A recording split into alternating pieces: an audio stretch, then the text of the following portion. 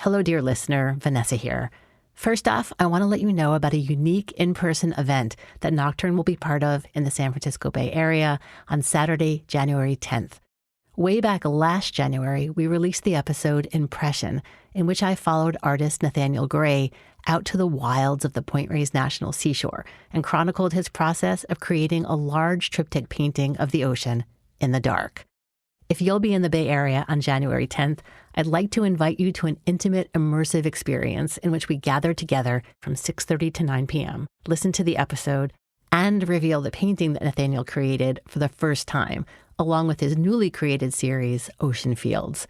What's more, there'll be time to mingle in the lovely art gathering space, A Loft of One's Own in Emeryville, purchase yummy pop-up food amidst a newly created soundscape by Nocturne composer and co-creator Kent Sparling. The event is free, but there are limited spots available, so RSVP is required. You can find details about the event in the show notes for this episode at nocturnepodcast.org. Or you can go to aloftofonesown.com/impression. And speaking of past episodes, I thought I'd drop an old holiday favorite into the feed as a rebroadcast. The episode is Tree People from back in 2017, featuring Joel Shupak, who worked for years guarding Christmas trees at night in New York City. Joel is highly entertaining as he recalls the ins and outs of this very unique nocturnal gig. So whether you're revisiting this story or hearing it for the first time, I hope you enjoy it.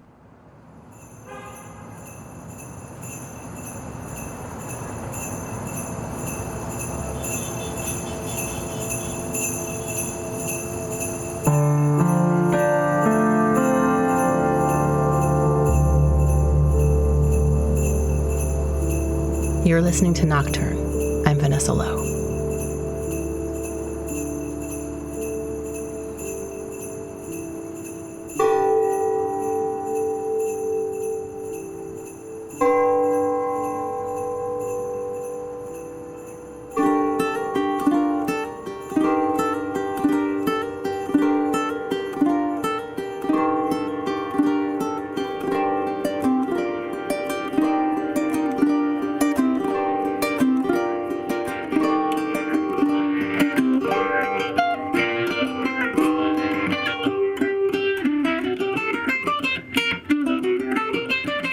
People have this image of what a Christmas tree should look like, and when you get one that looks just like that, it's like, wow. But yeah, the ugly trees, we'd come up with different names for the different types of ugly trees, because there's so many types. There's the ones where the trunk sort of splits off in the middle and it becomes almost two trees, and then there's the one where one whole side is bald. We call that the three-side special, and we try to sell those to people. We're like, oh, you're putting it in a corner? Just get one of these. It's cheaper, and you won't even see that weird side. And they love that. But you start to hate these ugly trees, partly because they're so hard to sell. That's Joel Shupak. Over the past several years, for the 30 or so days between Thanksgiving and Christmas, Joel has made the trek from his home in Portland, Oregon, to New York City to guard Christmas trees at night. My main job was not to get robbed. I mean, that is kind of the main job, because what's going on is New York City is like a 24-hour city. There's people on the streets at all hours of day and night, which means that there are people buying Christmas trees in the middle of the night. There's not a lot of them, but it does happen. But the main reason that you need what's called a night watch, that was my job, I was the night watch, is there's nowhere to store the trees. They're just displayed right on the sidewalk, and there's nowhere for them to go at night. So there has to be someone there to make sure that they're still there in the morning. People that aren't familiar with New York always ask, oh, are you in a parking lot? Or they're trying to understand where this tree stand is, because that's how it works in other cities, I guess, is they kind of set up in a parking lot. But the crazy thing about New York, and I don't think you notice this necessarily unless you really look, but the sidewalks in New York are so wide. They're enormous. So we actually set up just right on the sidewalk and even build this little shack that we can go into. And there's still plenty of room for people to walk by, even though there's just rows and rows of trees right on the sidewalk. So that being said, there's one side of the rack that's facing the street that, we can't really keep an eye on all the time. So basically we just kind of run this security cable through those trees It's not a perfect solution, but it's a deterrent enough maybe if someone like is drunk and walking down the street and is like, oh, I'll just take one of those trees. So yeah, that was my main job, to basically make sure that trees don't disappear. Joel originally got the tree guarding gig as he was finishing up a bike trip across the U.S.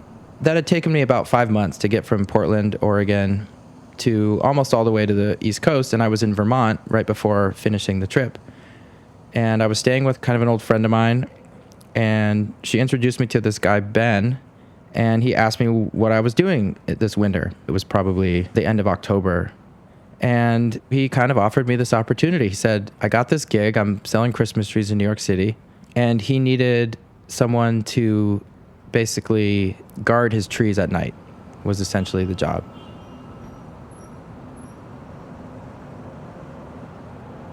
Our tree stand was right in the heart of Washington Heights neighborhood. Washington Heights starts at around 155th Street on the west side of New York City and goes until around Dyckman Street to the north. It's like a largely Dominican neighborhood, and there's other Spanish-speaking people that live there too. And it's slowly, like, more white people are moving there, but it really has that character of like a really large Dominican population. So on my block, there was the apartment building that we were right in front of. On the corner, there was a barber shop. And then, I mean, pretty much like on every corner, there's some type of bodega corner store that sells sandwiches and random little snack foods, and cigarettes and things like that. You know, there was probably like 10 in like a 2-block radius. Across the street, there's a McDonald's and a Dunkin' Donuts and a couple Mexican restaurants. Further up the street, there was more like Dominican food restaurants, diners. People tell me stories of times where there were like riots and stuff, like right there, where there'd just be like police on every corner and cars on fire. But it wasn't like that when I was there. Joel would start his 12-hour shift at the tree stand at 8 p.m. In the 30 days that the stand was up, he was there every day. So what that did is it sort of granted us and me kind of like a privileged position in the community that we kind of plunked ourselves down into. We would just make friends with people really easily, and people would want to talk to us and be around us. And also we were just there all the time, so we just saw everything that was happening on that corner. The main time that there were customers would be kind of right as I got on my shift. A lot of families, a lot of couples, really of all stripes, black, white, Spanish-speaking, Asian, like all sorts of people were buying trees. But as the night wore on, the customers thinned out. An occasional night dweller would buy a tree.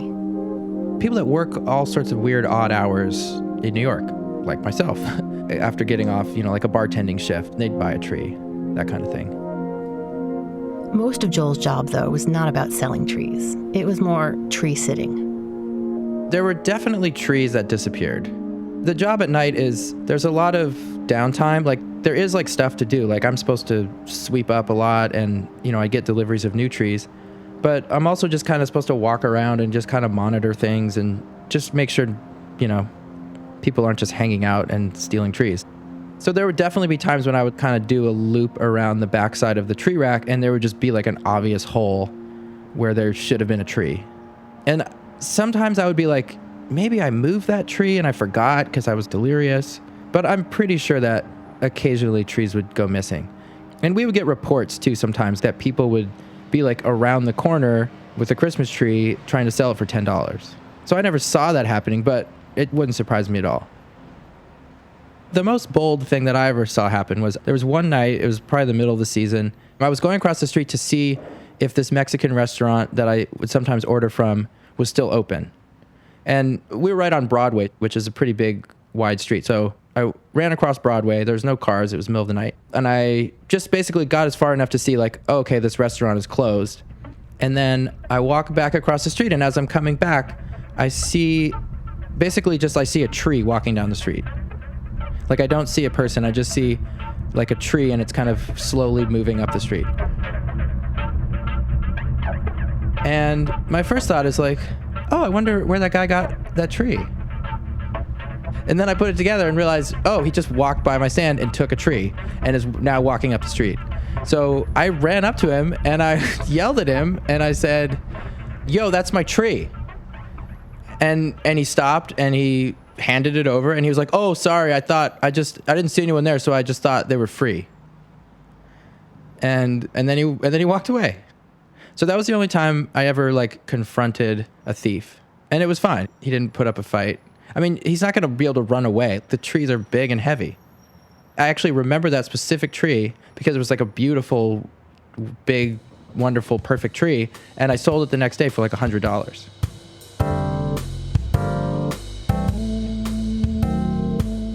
Working at the tree lot, Joel got to know his trees. At any given time, there was 200 trees, something like that. So there's different types of trees. There's like balsam fir and Fraser fir are the two main ones. Now we sell Douglas firs also, but Frasers are like fancier. The balsams have more of a kind of classic Christmas tree look. They're real like feathery and very delicate looking almost. And they have more of like the shape that people kind of associate more with Christmas trees. And they smell really nice. Whereas the Frasers are way hardier. They'll last way past Christmas if you want to keep up your tree. Whereas if you buy a balsam fir like at the beginning of the season, it could die before Christmas if it's not well cared for. So that's kind of the trade-off. Frasers are more like the premium tree. People who know trees like will go and be like, "Oh, I'm looking for a Fraser fir," because that's like the tree to get.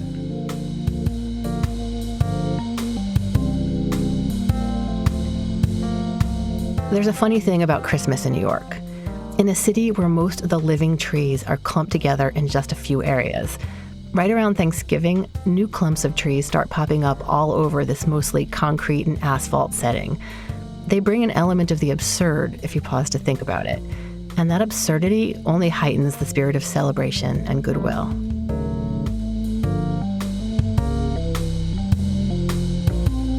People loved me just because I was there with Christmas trees.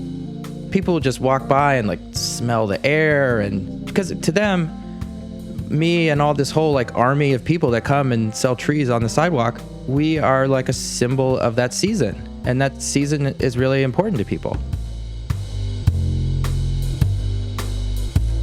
One of the cool things about being a tree person in New York is the people that live there have this really specific association with the tree sellers, I think. And kind of think of us almost like not even as people, but as like a fixture of the neighborhood or something. So this funny thing happens where people think they know you from the year before because we all sort of look the same to New Yorkers. It's really obvious, actually. Like we really look, there's like a look to the tree people. We just don't look like New Yorkers, first of all, and we don't look like people who live in Washington Heights. You know, we have flannel vests and like Carhartt pants, and we usually have like big knives hanging off our belts, which you're not supposed to have in New York, but we just do it, and no one ever cares because we're tree people. So people would be like, "Oh, it's so good to see you again," but I'd never met them before. It was just because I just represented this thing that they find so charming. There's a little extra dash of absurdity to this idea of tree seller as a symbol of Christmas. I am Jewish.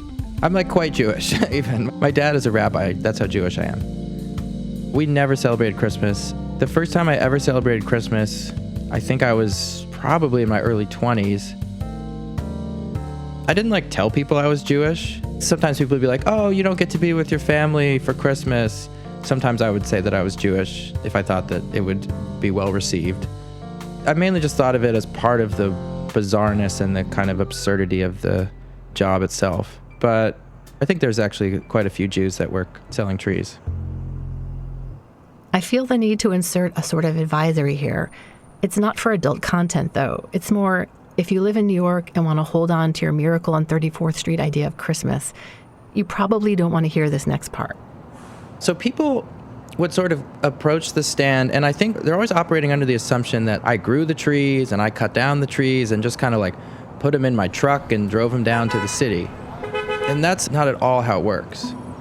The way it works is there's these enormous plantations of Christmas trees that are grown in Quebec, that are grown in North Carolina, in Pennsylvania, also in Oregon, kind of all over the place. I don't consider these real trees. They're a commodity. They're like mushrooms or like broccoli. They're almost like a factory product. It's this huge industry that employs a lot of people. And the way that it works for me and my situation was I work for a company that has been selling trees in New York since the 70s. They manage, I think it's up to 19 stands around mainly Upper Manhattan. And they find people to run these stands, and then they deal with all the logistics. They get loads of trees from these farms and then have people distribute them throughout the stands in the middle of the night. So there's this feeling that we kind of want to give off, that we're these homegrown kind of, I don't know, like woodsy yokels that are coming down with our trees. But we're actually like part of this huge Christmas industrial complex. It's a funny thing to navigate. You don't want to say too much about that because you don't want to like ruin people's image of what you're doing. Because going and buying a tree from this guy on the corner is meaningful to people. I mean, they've been doing that for years, for generations. I realized kind of early on that was part of my role, was to be that for people, was to kind of be that connection to the natural world that a lot of New Yorkers just don't have at all. For a couple of hours each night, Joel would strike a balance between the spirit and the business of Christmas.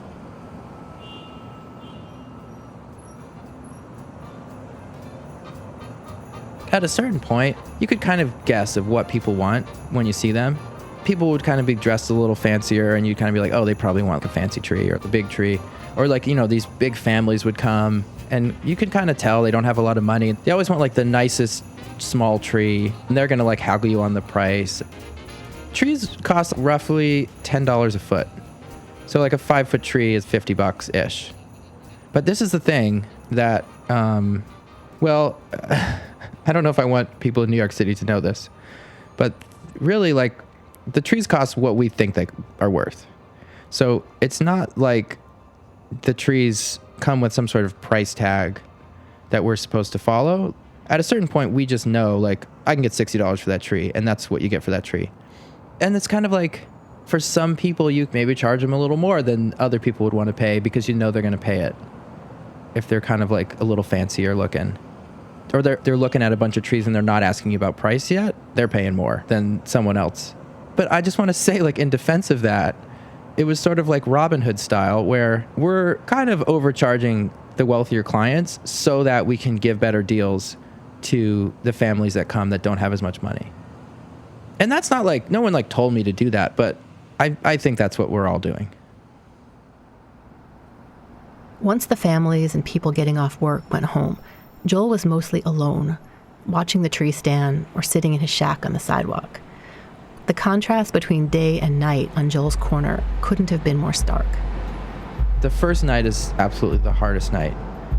I have such vivid memories of that first night because I'd never been to that corner before. I've never done this job before. And I'm like sitting in this shack, and you can conceptualize like you're in a shack and you feel like you're in this like separate space, but you also can look down and the ground of the shack is the sidewalk. It's like the dirty sidewalk. So you're really just sitting on the sidewalk, essentially, with this sort of flimsy wall around you. And everything was terrifying. Like, all these really sort of wild-seeming people were just walking to and fro, like, selling drugs and yelling at each other. I felt like I just had no concept of what was happening around me, and it's pretty terrifying. Any crazy thing that was going to happen while I was working. I don't know, man. Like, people throwing shit around. Is that gunshots? What? Those weren't gunshots. I didn't hear gunshots. No. Someone threw a chair. Oh, shit.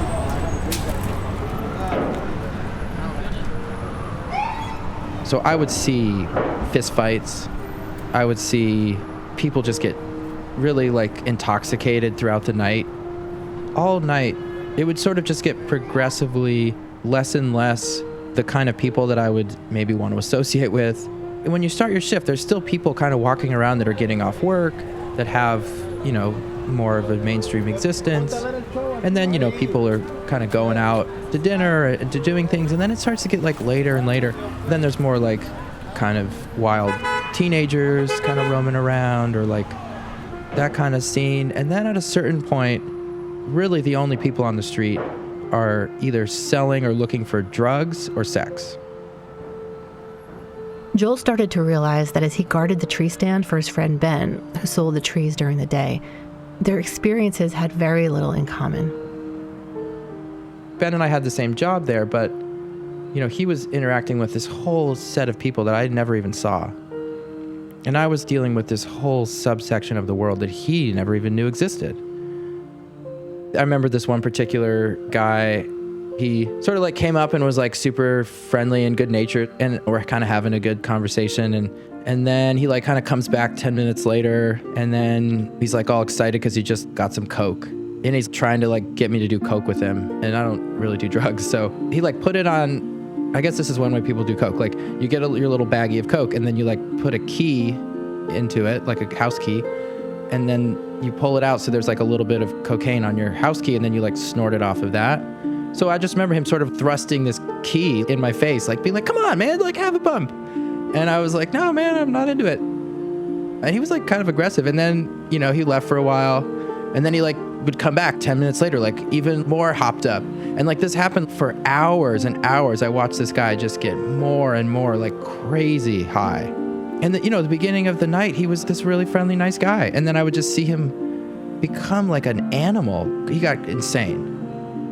There weren't a lot of times where I felt really in danger, but there definitely were some times.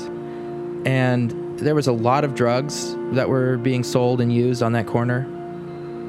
So it's just drug dealers and prostitutes and, their clientele, so to speak. Which is like not who I'm typically associating with. For the most part, I feel like I was ignored by those people.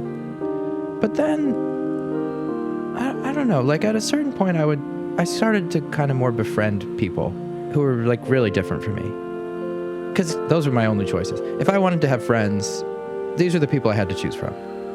I remember I befriended this woman who was, like addicted to crack, and would come and talk to me and like would tell me about how she has a daughter who she like can't have in her life anymore because she can't stop doing drugs, and would read me these heartbreaking poems that she would write. And I'd never stopped to, this sounds really maybe silly, but you kind of have this image in your head of what a crack addict is like, But then, I actually like get to sit down and talk with someone who's addicted to crack. And I'm like, oh, this is just a person who needs help. So it would more and more turn into that. I would just kind of befriend these people who were homeless or struggling with different things. But that being said, I never fully trusted anyone. That's really the truth.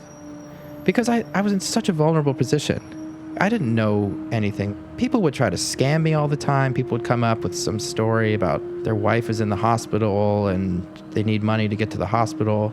And then their stories never made sense. They never added up. I think I was able to ward off most potential scams. I think there was a couple guys that got me that I gave a couple bucks to.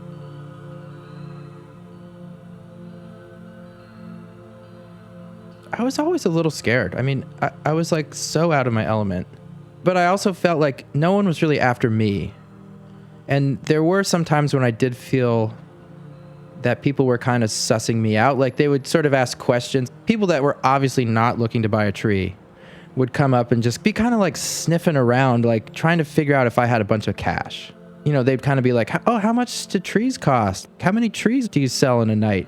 Just trying to like do the math in their head to like see if it was worth it to try to rob me. And the truth is I'd never had that much cash, but like we never wanted to like tell people if we had cash or didn't have cash. We kind of wanted to just keep that invisible to folks because we didn't want to be a target. Throughout the long nights, Joel's life became populated by some regular characters who he could count on for consistency, if not friendship. There was the big angry guy he and Ben nicknamed the Beast. He just looked like he was just going to like rip our limbs off. He was just like big. He had his hat pulled down so we like couldn't really see his eyes.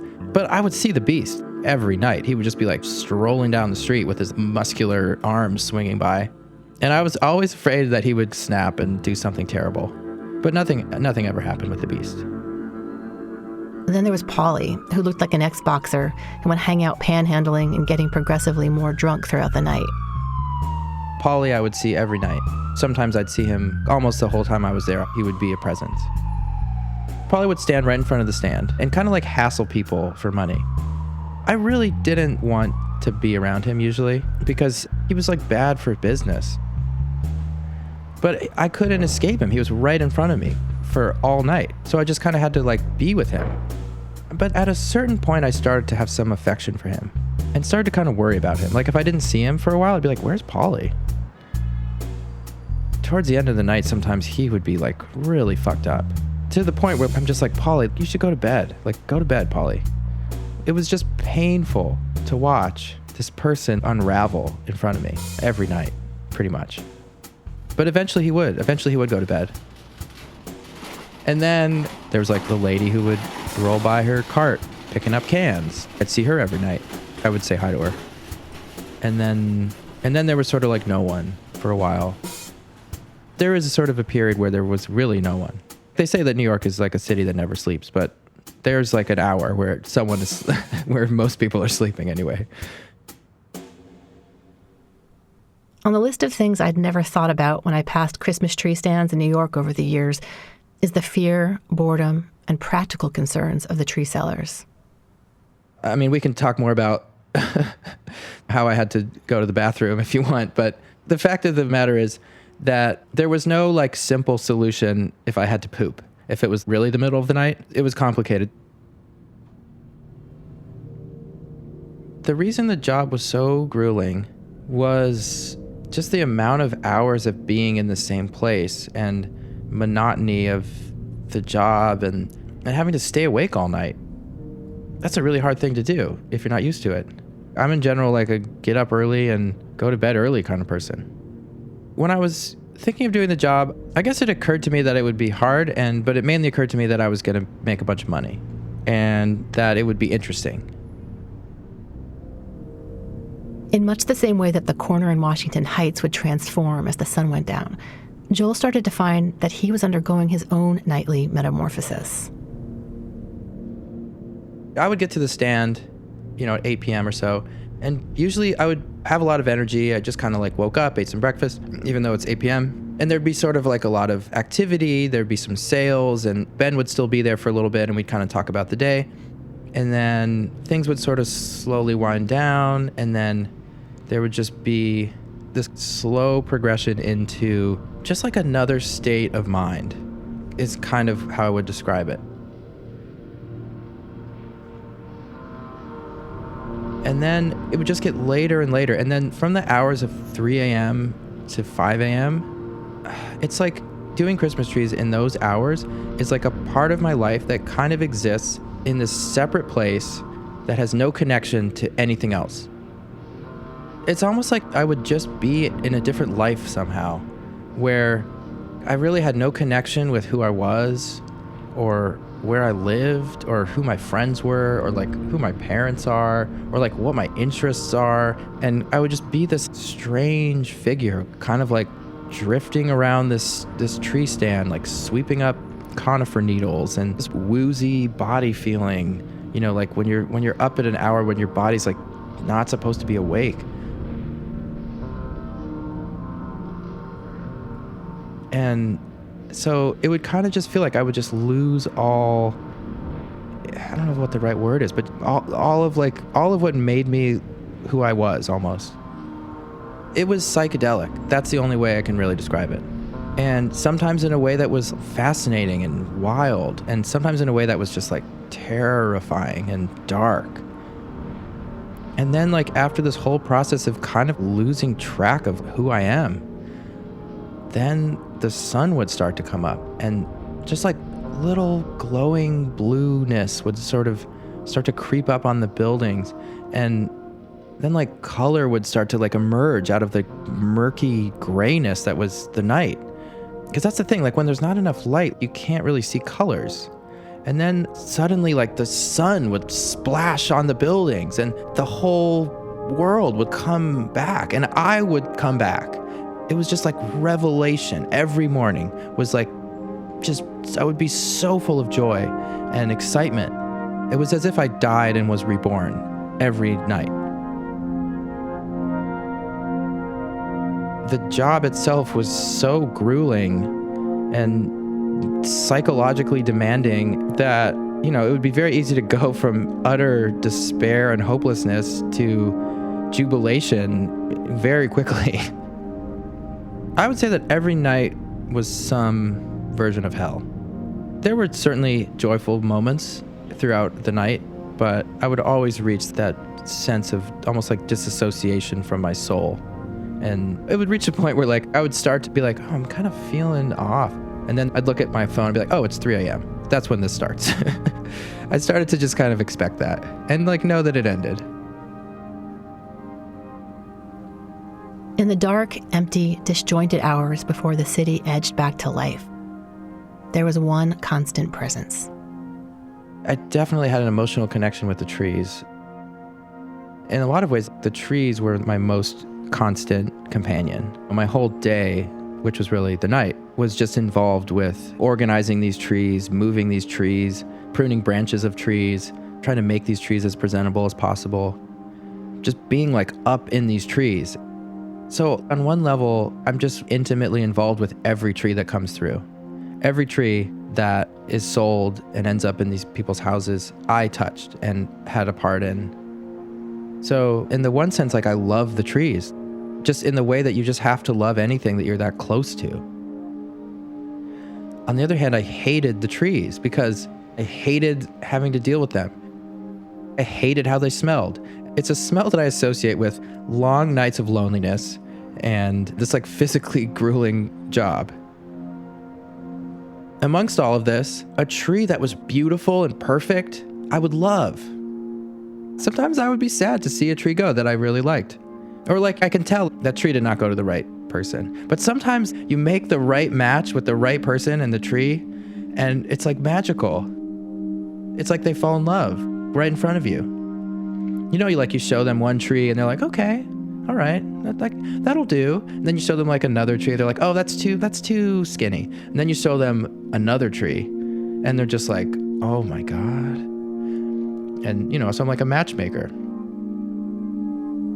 So for Joel, the job sometimes left him feeling like he had a meaningful role in the festivities, and at other times, like he was losing all sense of his connection to the world. The contrast wasn't lost on him. The deeper and deeper you look at anything, the sort of crazier it is.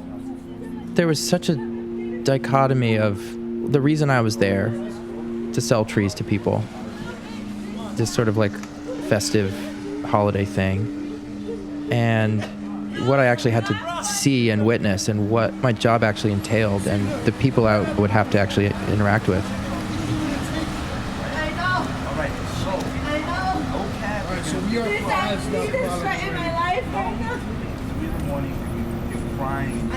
One way I kind of thought about it was, it's like the idea of the omniscient narrator or whatever, like in a story.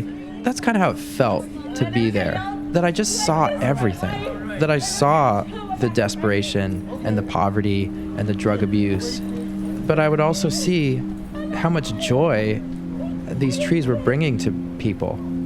That like all of this hullabaloo and production and moving parts and all this money involved to like get this frickin' tree from hundreds of miles away to the streets of New York to go into someone's home for like a couple weeks. It's like it's a big ordeal. And it was really worth it to these people. So to be a part of that stream of events, there was something kind of mystical about that I wasn't in touch with all the time, but that I could tap into, that I was a part of this sort of special symbol, which was funny because I had no connection to it, but I like respected that it meant something to people.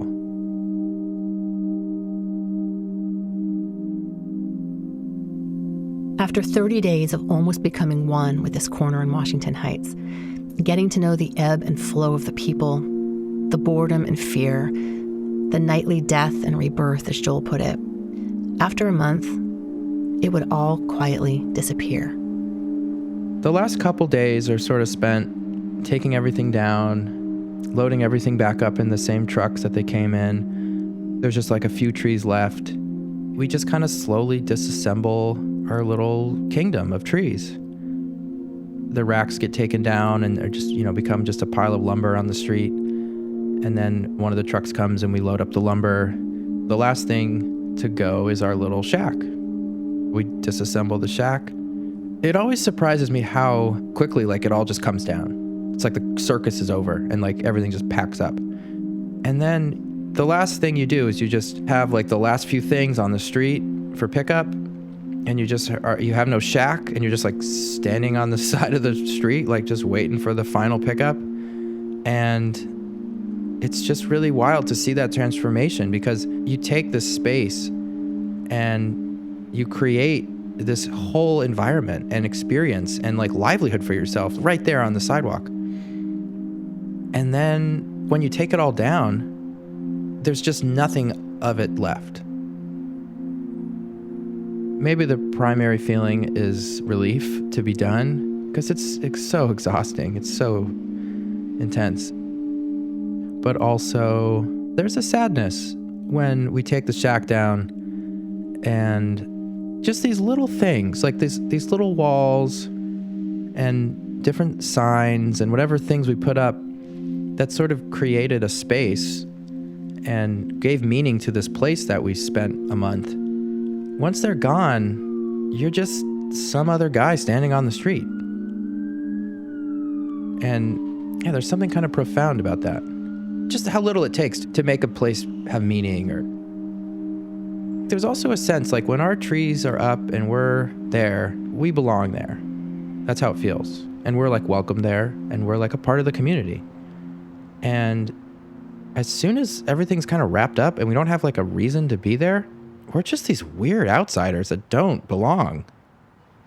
It's really strange.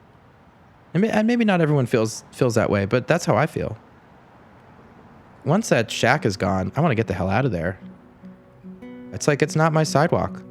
We're tree people. Deck the halls with boughs of holly. 'Tis the season to be jolly. Don we now our bright apparel. Join the ancient Yuletide carol.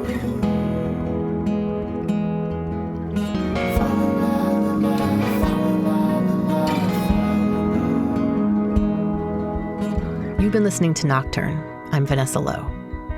Nocturne is produced by me and was created by myself and Kent Sparling, who also composed the theme music. Production help on this episode by Joel Shupak. Joel also has a beautiful new podcast called Square Mile. Each episode is a poetic exploration of a different square mile of space somewhere on the planet. You can find it at squaremilepodcast.com and anywhere else that you listen to podcasts. You can find out more about the show at our website, nocturnepodcast.org. You can also support the show by clicking donate at the top of the page. Thank you to everyone who's already supporting us. Thanks for listening. See the blazing you'll before us. Strike the harp and join the chorus. Follow me in merry measure while I tell of Yuletide treasure.